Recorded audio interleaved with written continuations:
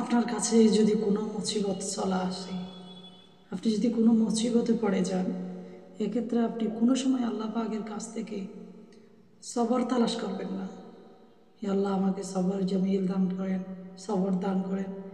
এই সবরটা আপনি কোনো সময় আল্লাহর কাছ থেকে চাইবেন না, কারণ সবর এটা একটা বড় গুণ, ঠিক আছে, কিন্তু আল্লাহ পাকের কাছ থেকে এই সবরটা আপনি চাইবেন না।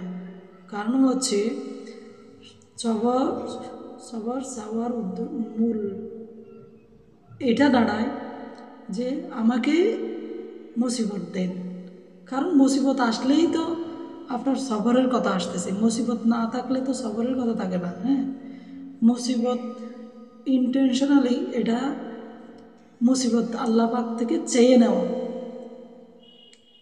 যে আমাকে মুসিবতের উপর সবর দান করেন। সবর এটা তালাশ করা মানে আল্লাহ পাকের কাছ থেকে সবর এটা চাওয়া মানে এটা দাঁড়ায় যে আমাকে মুসিবত আরও দেন। হ্যাঁ, এই জন্য দেখবেন নবী আলাইসাল্লাম কোনো সময় সবরের দোয়া করেন নাই। বড় থেকে বড় মুসিবতের মধ্যেও আল্লাহ রসুল বলছিলেন এক সময়, আল্লাহুম্মা আশকু ইলাইকা যুফা কুওয়াতি। হ্যাঁ, তা আল্লাহ রসুল নিজের দুর্বলতা প্রকাশ করছে, এর উপর সবরের দোয়া করেননি, সবর দান করেন এটা বলেন নাই। হ্যাঁ, আল্লাহ পাকের কাছে দুর্বলতা প্রকাশ করেছেন, আল্লাহ পাক যেন এই দুর্বলতার উপর রহম করেন। তো সুতরাং আমরা কোনো সময় আল্লাহ পাকের কাছে সবরের জন্য দোয়া করব না, বরঞ্চ আমি যে মুসিবতের মধ্যে আছি, ওই মুসিবত যেন আল্লাহ পাক আমার থেকে উঠিয়ে নেন দয়া করে, আমি এই দোয়া করব। মুসিবতে সবরের দোয়া করব না।